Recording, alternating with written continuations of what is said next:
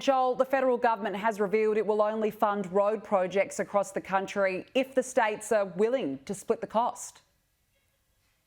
Yeah, that's right, Danica. So the long-standing convention about regional and rural roads has been that the federal government pay for about 80% of the funding compared to 20% by the states. Now, of course, we've been waiting on this long-awaited infrastructure review. The federal government says it's sitting on at the moment and has been negotiating with the states and territories about what projects within the infrastructure pipeline to move forward on. This is interesting because cash-rich Queensland, effectively the government there has been saying, we don't want any of these projects scrapped. We have a lot of revenue right now flowing in to the state government, so we want the federal government to push ahead with these projects. We have the money to do so. So this recent development, as you can indicate, would mean that if these projects do go ahead, if they're regional and rural roads, that indeed the Queensland government would have to be coughing up some more of that money.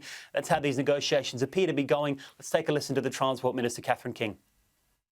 We're not just the bank. I think that's important to understand. We're co-investors in infrastructure, and that partnership is important to us. The sort of incentives for managing cost escalations have not always been there. And our view, very simply, is it's important that we get more investment into those regional and rural roads, but that we share the risk of those.